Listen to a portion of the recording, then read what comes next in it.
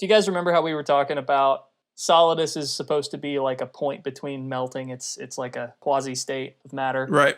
Yeah. And then we got into like what would liquidus snake be? Yeah. I got none of Big Boss's cells. I'm just a dude. he wears 2 eye patches.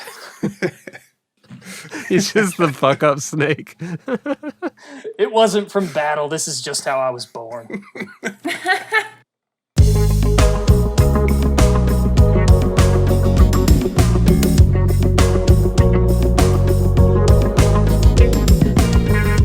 Hey, I'm Fingers. Yo, this is Vector.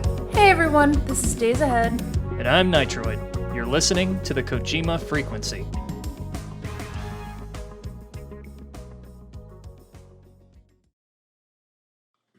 Oh man. Oh, I'm so sorry.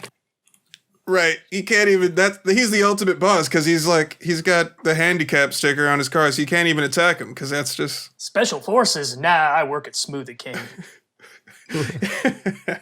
It's like the post MGS4 world where Solid Snake has died and moved on, and everybody's moved on, and they find out, oh, there's another snake, and we could use his genetics to create super soldiers, and he could train our armies, and they get to like the Smoothie King, and he's just like, hi, would you like to try our banana fudge special? It's seasonal. no. You're coming with us. Do they just use like the really old genes that were like still around from like the original experiments? Like, I guess these are still good to work with. I mean, they don't expire or anything, right? Look, man, I don't know how to beat a Metal Gear, but I could make you a mean smoothie. How do you beat him? You literally turn the game console off and then he just dies. That's how I would do it. You want creatine in that?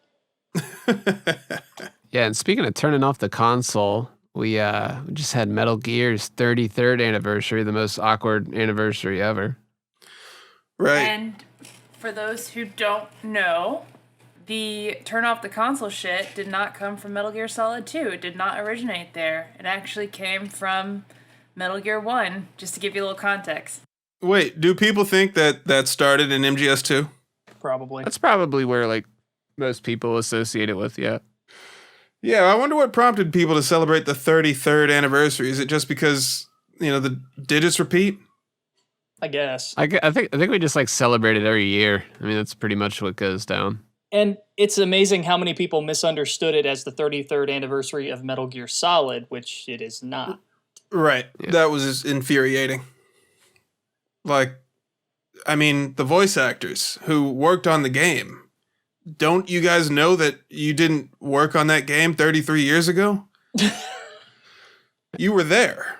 I guess like the only person that was a voice actor that would have been in the original Metal Gear would have been Solid Snake, though. So it would have just been him. Everybody else wanted to get in on it.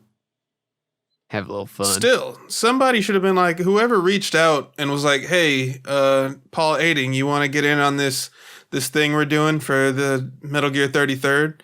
And then they got Colonel to sing, which made me want to stab my eardrums out with that was a like pair the of scissors. celebrity singing Imagine. It just like shouldn't have happened, probably. They should have Oh, just man, cut they that should- part.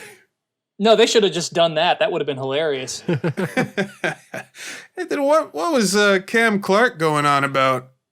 He was talking about how, like, this is about us. And it's like, actually, no, it's literally the one thing it's, like, you is the one thing it's not about, Cam Clark. As big as of a fan as I am of him. It's a typical Liquid thing to do, though, I guess. Make something about him. It's true. There wasn't even any concept about a family tree. There wasn't even a family involved. It was just Big Boss and Snake. Retconned him right in. Yeah. You know what's ironic about the whole thing is that most fans that I encounter these days couldn't care less about the MSX games. That's a damn shame. I mean, there's really not much to care about, though. Those games were kind of throwaway. I know, Oh, you're Fingers, hurting you're a me. big fan. I know you're a big fan, and we all know because of your profile pic. Yeah. But it's like It's a modified Gray Fox sprite, but yeah, go ahead. Look, Gray Fox is my favorite character in the series, right? But those games in a vacuum. If it weren't for the other games in the series to provide context, they were kind of made to just be like, hey, here's a military themed game. You sneak around instead of shoot everything that moves. And there's a story. It's not, it's cliche, and we rip off a million other movies that came before. But and yet it was so revolutionary for its time. Yeah, I mean, like, you can Sure. reduce any classic game down to that level. I mean, Mario was just about jumping, and you got to rescue a princess. No, where have we heard that before? yeah, that's why I don't think- play fucking Mario. The Metal Gear was definitely innovative, like, at that time for, especially at the time playing NES games, you've got this game all of a sudden it's like, oh, don't just run in and shoot everybody. Okay. Like, Right. that was my Metal first Gear, experience, of course, and it sucks when people confuse the MSX version with the NES version, but, Right. And then you get to Metal Gear 2, and that's a completely different beast from the first game. yeah. Definitely. Which incidentally, the 20th of July is the 30th anniversary of Metal Gear 2. So that one is pretty notable. Yeah. That's tomorrow. See, now that's something I can get down with. True, yeah. Yeah. Fingers, you should have just rolled with it and said we were recording this on the 20th. Who would have known the difference? Well, it's Japan time. Yeah. Oh, yeah. Good point. Just roll with in that. How Japan, about it's that? 20th in officially the Japan. 20th. But look, I mean, here's what I'll give the Metal Gear series. It didn't create Hold on, I think we need to insert the Zanzibar land. the national anthem anthem. right Oh, here. you mean We Wish You a Merry Christmas? Yeah, we'll throw that in right here just for respect.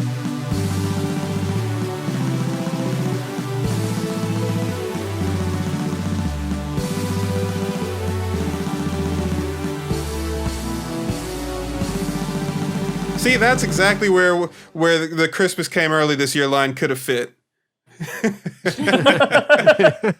Holy shit! After he kills those two guys in that room, yes.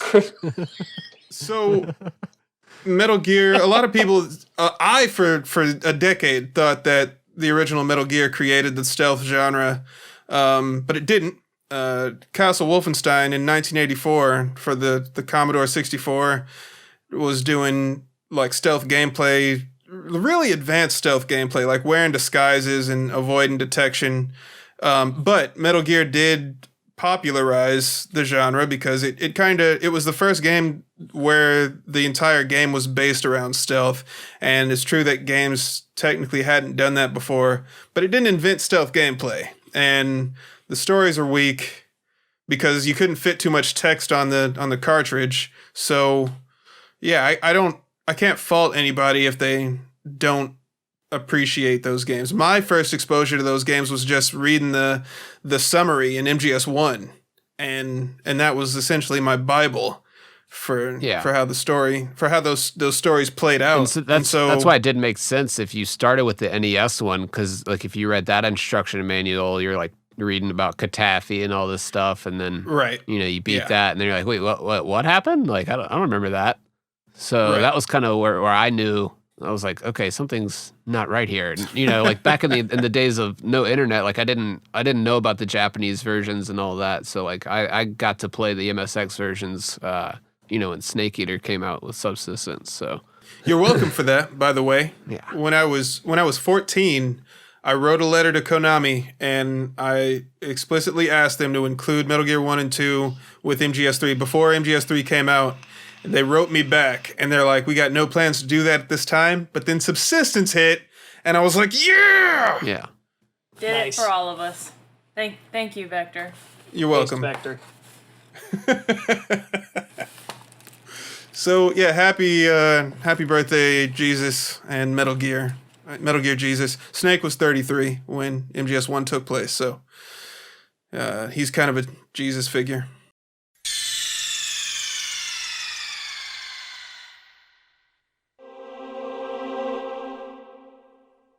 I think my problem is that if you make a Metal Gear Solid movie, then the video game industry and the movie industry, they start looking at this game as like the standard. They need to get to this level in order to have a legitimate game story. That would be ironic if Right. you think about it, given what Metal Gear Solid was trying to do.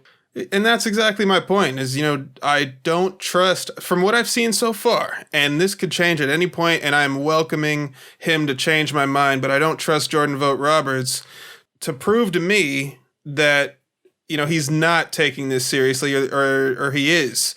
So just to make sure I understand, it's your contention with this isn't so much the subject matter being put on screen as it is that you think that this is going to set a stylistic precedent that is not going to be positive. Yeah, I think that sums it up. It sets a precedent. Like, it's gonna reaffirm all the people that think, Metal Gear Solid is the greatest story in video games. They sit side by side with all the Kingdom Hearts fans. Actually, no, that's not true. Even Kingdom Hearts fans know, like, this is complete garbage, but they love it anyway. And I did too for a time. But it's just legitimizing it. Like, I'm sure they'll get an actress, from